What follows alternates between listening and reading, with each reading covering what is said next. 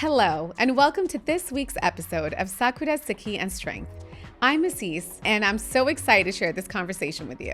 Today, I'm speaking with Inderpreet Singh, someone whose journey beautifully embodies what this podcast is about, navigating multiple cultures while finding strength in your roots. Inderpreet is a technology professional who leads the cloud IT organization at a biopharma company working to transform cancer care. But what makes him such a fascinating guest is how he's balanced his tech career with being an active community leader and scholar of Sikhi. What I love about Inderpreet's story is his Sikh identity evolved alongside his multicultural journey. Like many third culture kids, he went from naturally participating in his faith as a child to really choosing it and understanding it as an adult. Today, he conducts seminars and workshops on Gurmat-related topics, serves as a trustee at his local Gurdwara, and has been on boards of major Sikh organizations. In our conversation today, we're going to explore not just his personal journey, finding strength through all these transitions,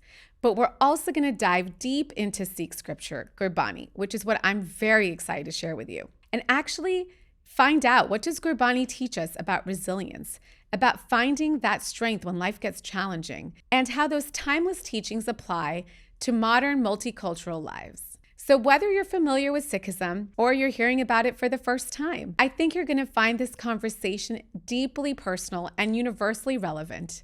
So let's dive in.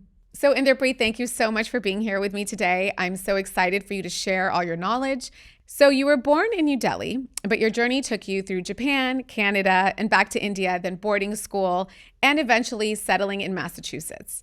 So that's quite a path. And can you walk us through a little bit of what it was like navigating that as a young person? Yeah. First of all, thanks for having me here and, having a conversation. I think my journey has to start actually before I was born. There's in the Punjabi culture, whenever people, even random people kind of see each other, they say, "Where are you from?" or "Which pind are you from? Which village are you from?" And Right. For me, that's a very difficult question because my father's, the paternal village is Medan, Indonesia. So my family is actually originates from Medan, Indonesia, and then from Indonesia they ended up in Japan. So that's why I say the journey that where I ever go is quite and when I get asked where I'm from, it is quite interesting. So just the challenge of having the initial conversation with people has been an experience. But what was the constant in all of the moves, right?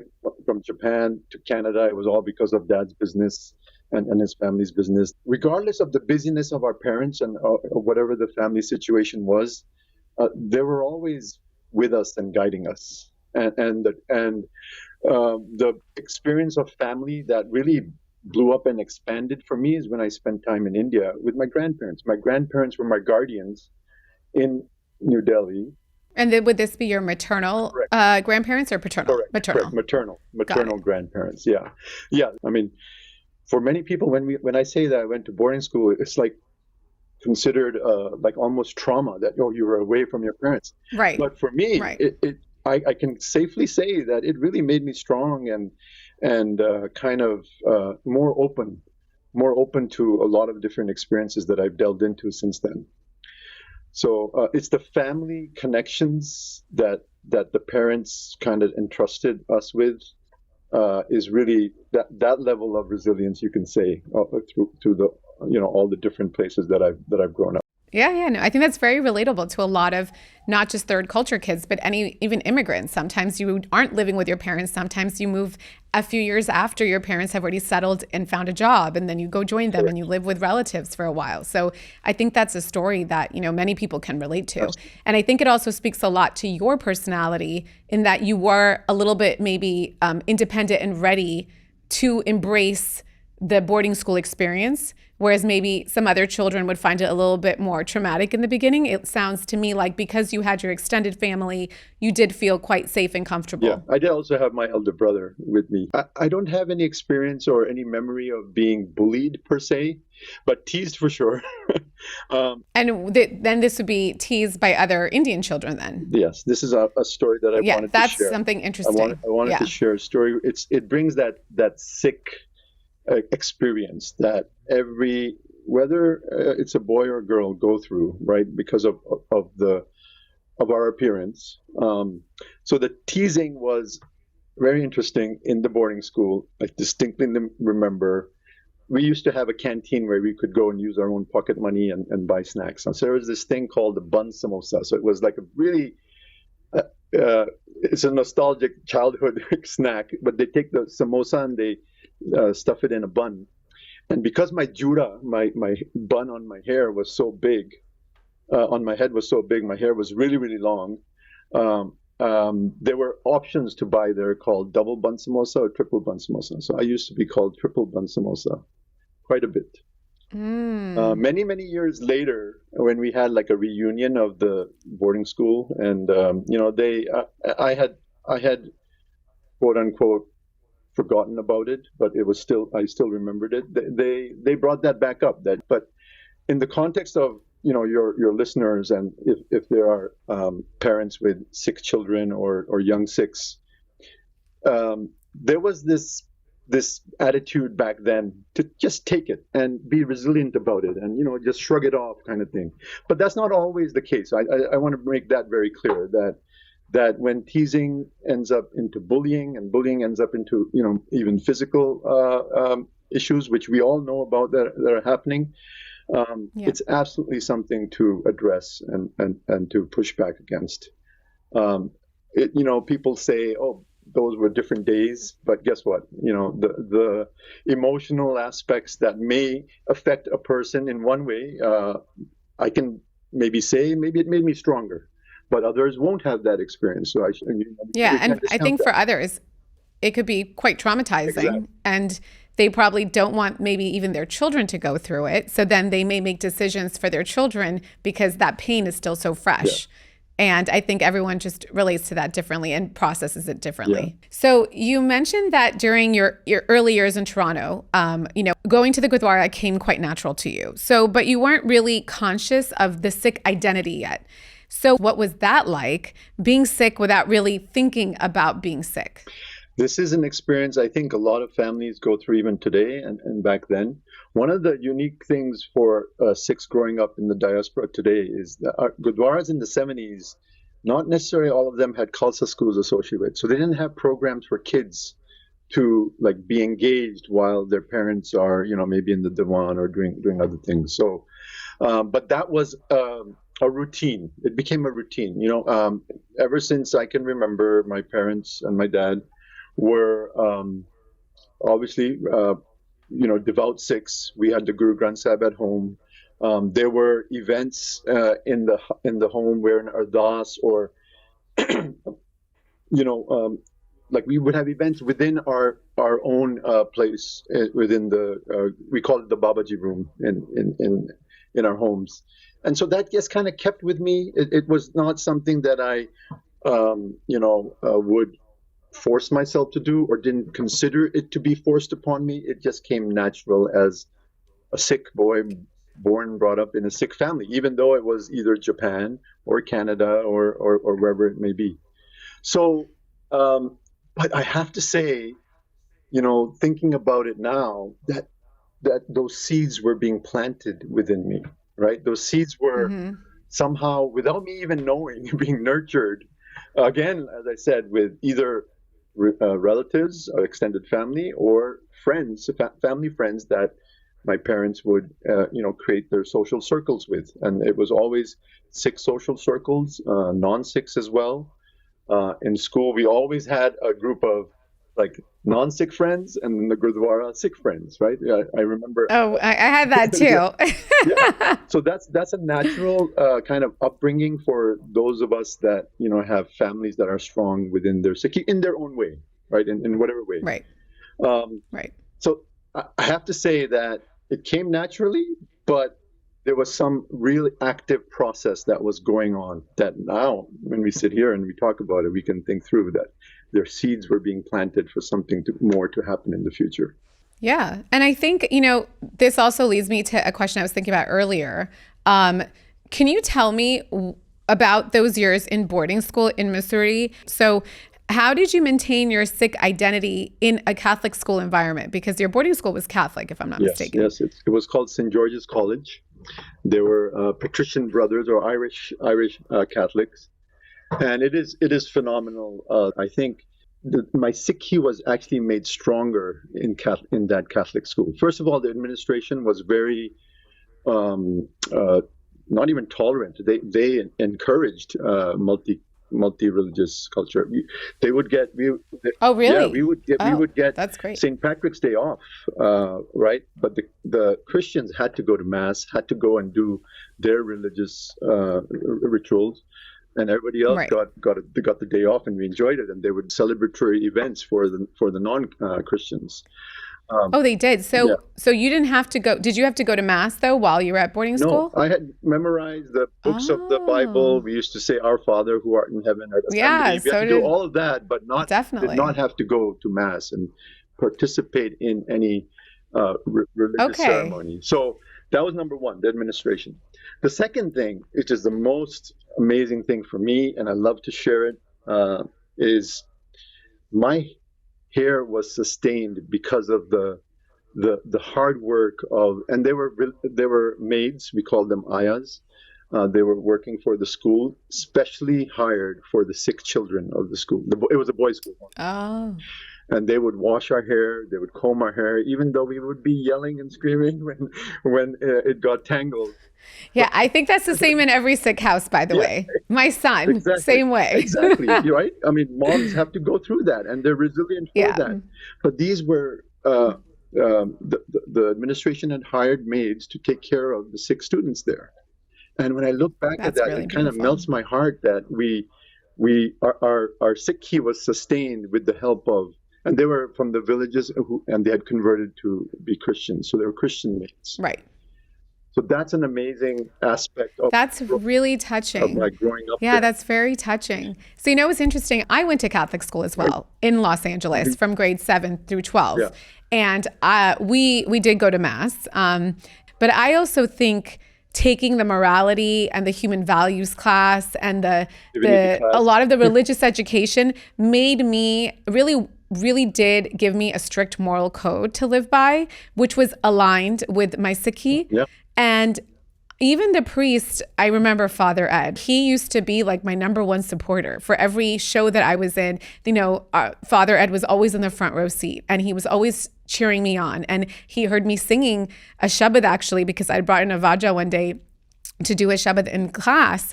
And he was so excited. And he's like, I had no idea you had such a beautiful voice. Would you sing at mass? And he was just so sweet and supportive. And obviously I didn't go for confession, but we were allowed to leave class to just even have a chat with him, which I did all the time. Yeah.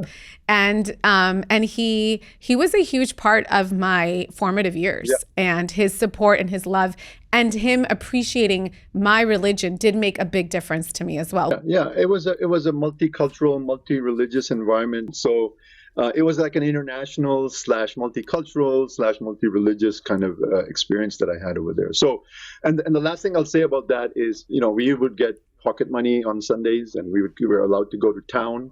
And in Mussoorie, there was a Gurdwara. But going back to the original, Sikhi was kind of just part of our life and lifestyle. But I don't recall wanting to go to the Gurdwara on Sunday. I would focus on, the food, go and buy a comic book and, do the other things that everybody else would be doing on Sunday. Right. But there were one or two times that I do know that I was able to visit the Gurdwara over the course of 5 years that I was in boarding school. So it's interesting where not just the seeds, but even I think more than the seeds are being planted just by, the resilience that's being built by, keeping my hair intact. Right. And then this leads me to my next question, which is basically, I think in your third or fourth year in college, you really identified with your Sikh faith, right? I don't know what year this was. I'm guessing it was around the 1984. So when this happened, can you share what that turning point felt like you personally? Yeah. 1984 happened and I was in ninth grade. Actually, I hadn't graduated yet. Oh, okay. So we would go to Japan for the vacation. It was because it was Missouri, it was in the hills. We had winter vacation for 3 months. So it was November timeframe in '84, and we all know what happened then. But when I went back to Japan, my grandparents told my parents that don't send him back for the next year. It's not safe for the Sikhs over here anymore. So that's when I entered Marist school, Marist Brothers School in Kobe. But I can safely say, and I've written about this, on the 20th anniversary of 1984, I wrote about, and the title of it is called I Knew Not Then. So because we were so isolated, and as a matter of fact, in the November timeframe, the administration set up protection for the Sikh boys of the school because of all the other things that were going on. Not just in, So this is in India, or which? Yeah, in boarding school. In boarding school in 1984 November, we were all in school. I was 14 years old, and Right. we knew very little of what was going on other than Indira Gandhi had been assassinated. If you looked up from our campus in boarding school in Missouri, if you looked up on the hills, it was downtown Missouri. That day, or that couple of days before, after, I saw smoke from like 2 or 3 buildings rising over there. And I remember this distinctly, Assis. I told my friend that, oh, the fire department must be really busy today because there's so many fires blazing up. Had no idea what they were about. It was only 2 weeks, 3 weeks later when we went for Sunday outing that I saw that the Sikh stores, there was a known Sikh family to the Sikh boys who lived around Missouri. His shop had been burnt out. So what I'm trying to get at is, first of all, we knew not then. Secondly, the massacres occurred all over India, not just in New Delhi, like a lot of the narrative goes. But fast forward to your question. When I graduated high school in Japan and straight to to the U.S. in Massachusetts, in central Massachusetts. It's an engineering school. One of the requirements for engineering school were that we had to write a paper on the humanities subject. And that seed that had been planted way back then, I said, oh, what better than to maybe write a report on Sikhi?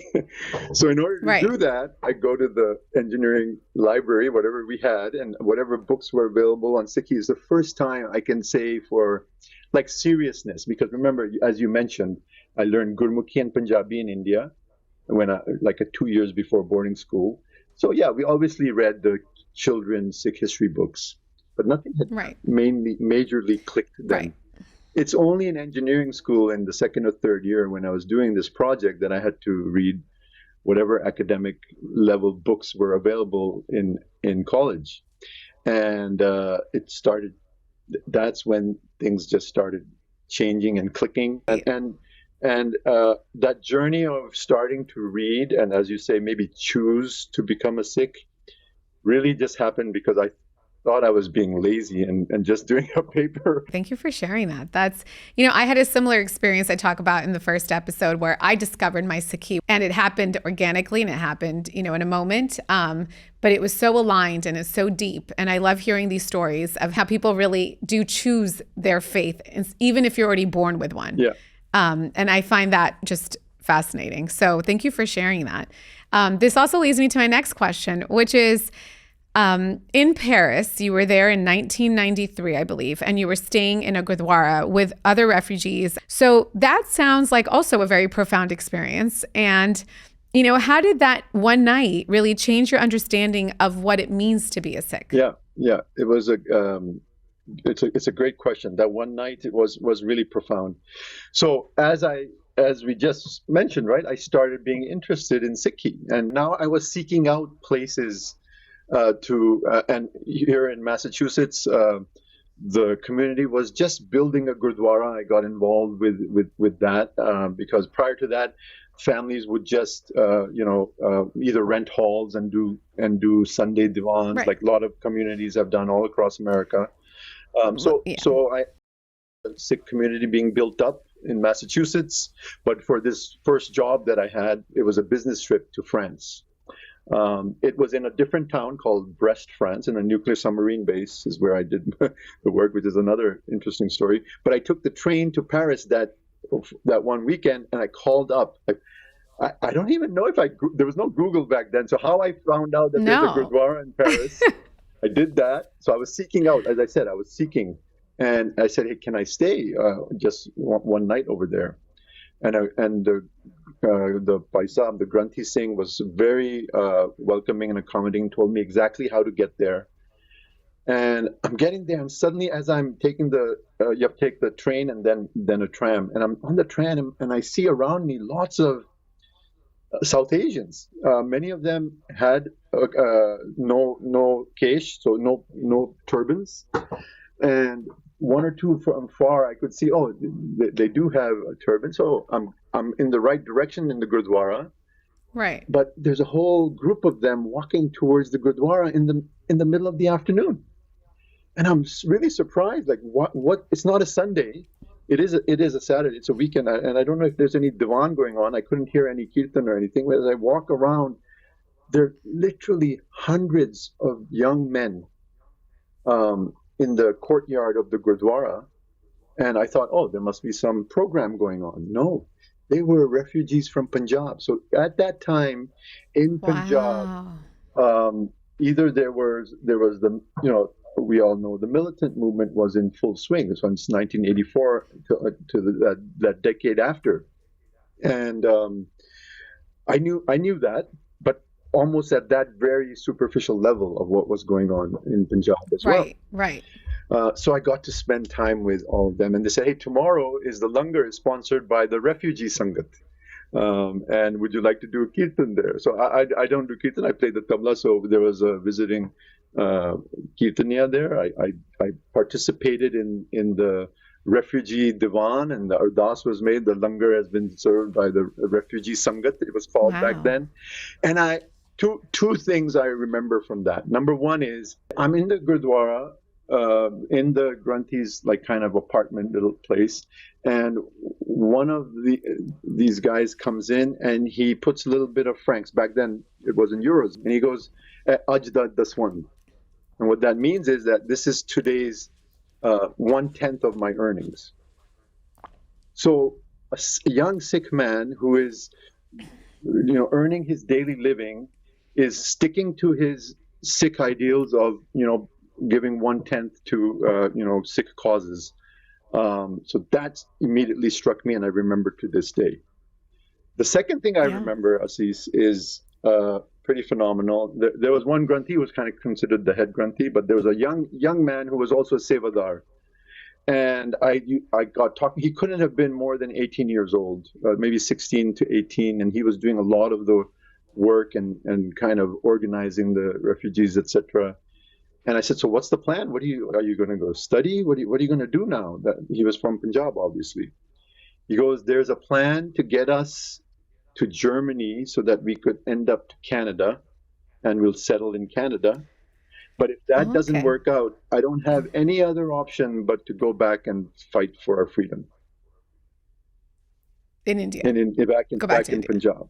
So I was like thinking to myself that what has he witnessed of the atrocities happening in India, that he's willing to, his Sikhi within him has made him to be bold enough to have that as an option for his life, to go back. So those two things, I think the spiritual side and kind of the in our faith, one of the things that everyone should know, right, is that it's not like a singular identity. It's right. Everything is oneness, everything is a Ekankar, but we have this saint soldier type of narrative that goes along with all of us. So that aspect started being built within me as well. So both the spiritual and the activist aspect really was the kind of a turning point. And so more study, what that inspired me to do actually is to actually study more and figure out what was going on. And there are many authors, for your listeners, if anyone wants to study the 1984 phenomenon of the Sikhs, there are actually two authors, both of them women, both of them non-Sikh, that people should read. which is one is Dr. Cynthia Mahmood and one is Joyce Pettigrew. So books or papers from them are, and so they're anthropologists who had gone there and really studied the whole movement from like a very objective angle to know what really was going on. So it was profound, as you said, and I hope I shared what the aspects of that profoundness was. Yeah. No, and thank you. And I think it was, I'm not sure how old were you? How old were you? I was 23. Yeah, I was 23 years old. Yeah. So you were in that phase of life where your character and you identifying yourself was so, well, it was fast paced, right? Because we're changing so much in our early 20s. You were independent, but you weren't still old enough to already have an idea and a set way of doing things. You were so open-minded in that phase. And I think it was probably the right moment at the right time and right where you were intellectually to be able to receive it. Yeah, I absolutely And agree. that's, and I think that even me in my early 20s, I had many life experiences that really spoke to me and really helped me change the trajectory, or even I would say figure out who I was. So the next question I wanted to ask you, many third culture kids do struggle with this question, where are you from? And you've spent only a handful of days really in Punjab, but you have this really strong identity with the region.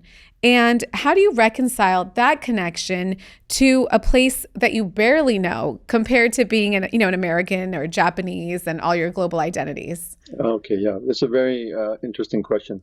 And I think it starts with the family as well, but then Sikhi. So family and Sikhi kind of are going hand in hand. So as I said, my paternal side, when people ask, like, what's your original village from, is, I say Medan, Indonesia, and they get further confused.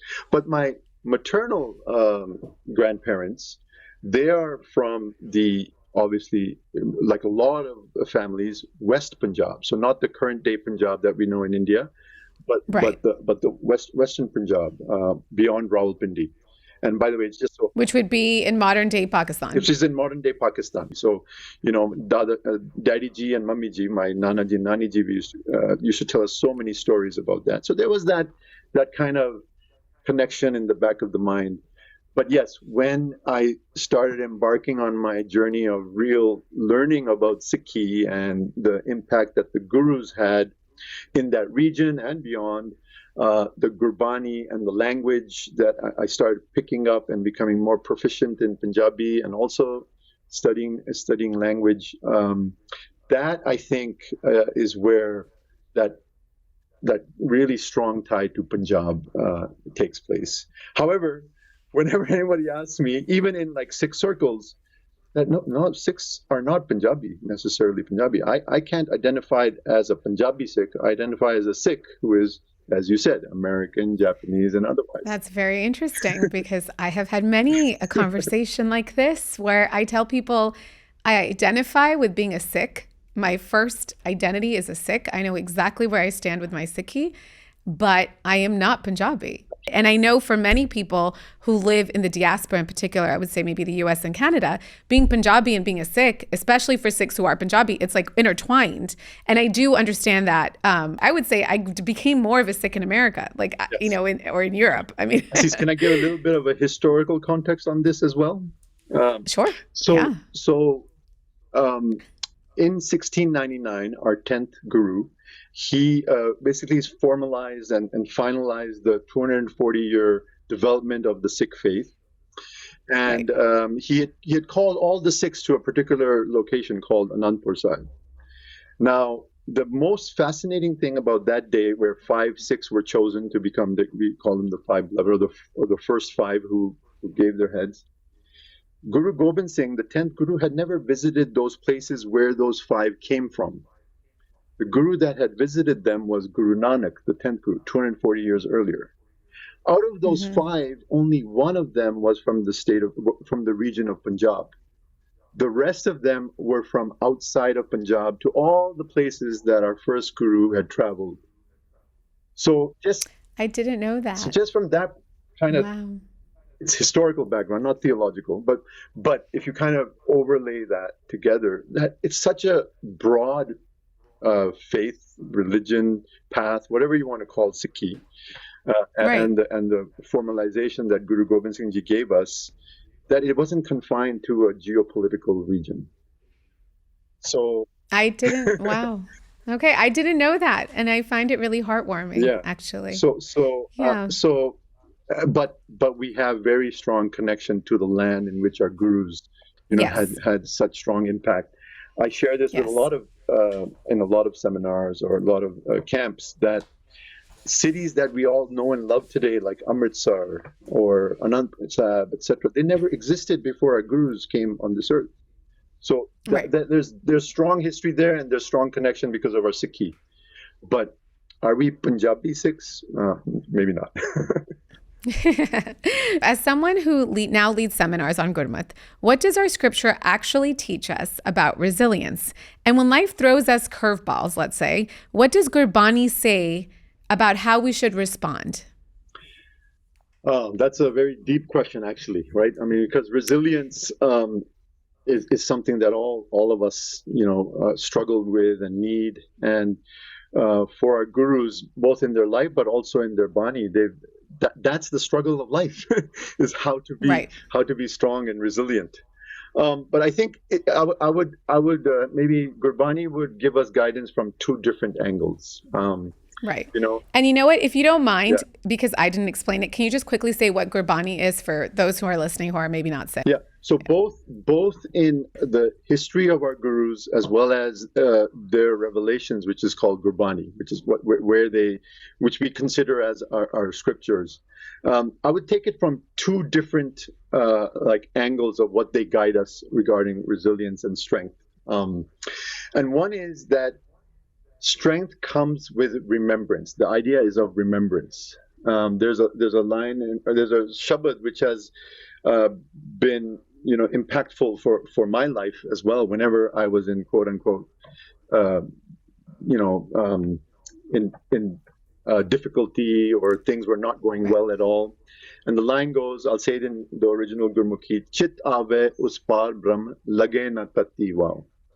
And when there is remembrance of that divine within you, even Tatti Vav is a in the plains of Punjab in India, is really, really hot air that blows that could actually kill you, right? It's really, really devastating heat, Right. hot air. So even the hot air will not affect you if you are in constant remembrance of the divine. Okay, so that's one angle, is that being in constant remembrance, no matter what adversaries may be attacking you, adversaries both physical and mental, when Mm-hmm. there's that connection with the divine, they will not have any effect on you, right? That's very, how does one achieve that is really the question, Right. Right. right? Secondly, in order to even achieve that, there's this attitude of acceptance and recognition that the divine is within you. So over and over in Gurbani, our revelations of the gurus, they go take us through a journey of what the human being, the life of a human, is between separation and union, and but they also then share that there's an epiphany that happens, that I was actually never separated. It was just my attitude that I thought that I was separated, and this separation and union again is with the divine, but the divine is defined as Nirpo, and Nirva is fearless and without fear, right? So Mm-hmm. knowing that you internally have this divine within you, and the power of one of the attributes of the divine is being fearless. Just Right. the struggle of life is not to achieve some kind of goal or some kind of final destination. It's the journey to be resilient, is what the actual goal of Sikhi is. And that's what Gurbani is sharing over and over again through many different metaphors, many different, Mm-hmm. I love kind that. of. Can we just repeat that? The journey of being resilient. The journey of constantly being resilient Yes. is actually Yes. what Sikhi is all about, Yeah. right? The journey Yeah. itself is the goal rather than the goal itself. Right. There's a great author that I share every time, if you want, like Sikhi 101. And it's called, his name is Professor Teja Singh. He wrote in English in the 1920s, way back then, and his essay, it's called Outline of Sikh Doctrines. The first line of that essay is, The goal of life, according to the Sikh gurus, is not to achieve a heavenly abode or paradise, but to be the best that you can be, which is the divine. So, Right. so it's like, Wow. and as I said, then I made that connection. Divine in the very first paragraph of our Guru Granth Sahib, which is the enshrined embodiment of our scripture, is Ikonkar Satnam, and the word Nirbodh, fearlessness, comes right there, right? Right. So, That's right. and along with Gurbani, by the way, for anyone to even delve further, you have to kind of match it up with what are gurus and their historical like episodes of their lives and how Right. they really lived that type of Gurbani, right? It was not just mere talk, but you living that life, and they gave us examples Right. of how to be resilient as well. So, as a conclusion, two forms of what resilience means.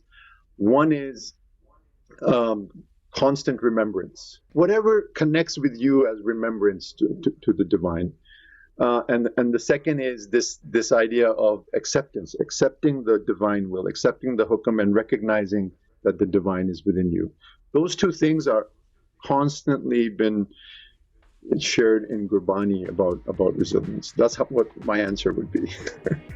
Oh, wow. No, thank you for that. So that's enough for today's part 1 conversation, and I can't wait for you to hear part 2 next week.